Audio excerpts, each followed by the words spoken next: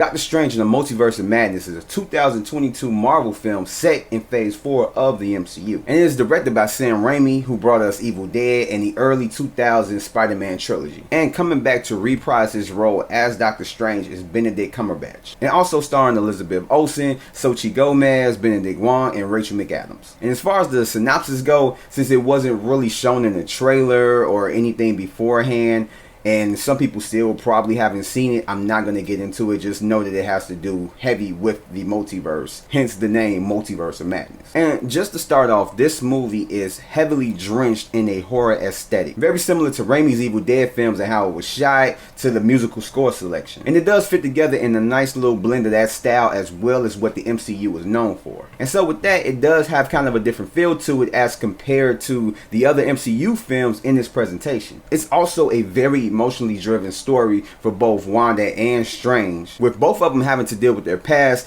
and possible futures that seem to be just out of reach. And of course, this movie is very CG heavy, dealing with multi-dimensional travel. And of course, it is a hit or miss, but mainly a hit.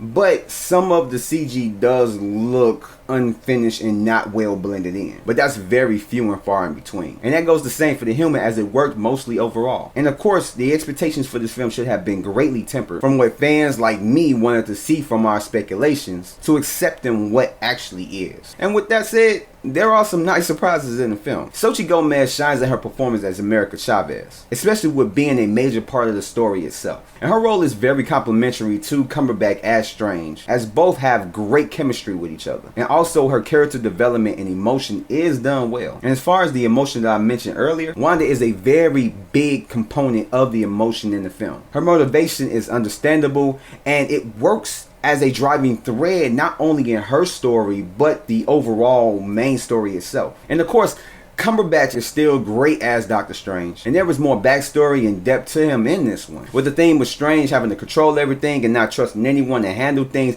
is very prevalent as well. And I love how his arc is tied to and in continuity with his actions from the first Doctor Strange to Infinity War as well as Endgame, and how it comes back full circle in this one. And the action is a very big highlight in the film from beginning to end. Like, I love seeing Defender Strange in action in the first action sequence of the film, showing off his powers and abilities. And now since the MCU was starting to venture into just like crazy weird territory, and there was a lot of creativeness infused into the story that comes off as a satisfying weird and doesn't come across out of place at all. And Benedict Wong is great as Wong again, and is utilized heavy as Sorcerer Supreme, and does some dope ass fighting with the one-eyed tentacle monster in New York. And in this one, McAdams has a larger role with Christine than she did in the first one, and is used way better. As well as there is 2 end credit scenes, one of them worth sticking around for, the other one is short and not really worth sticking around for, but to me was just funny as hell. And if you are a big fan of Marvel and even Doctor Strange and just how this world is as far as the wizardry and everything else,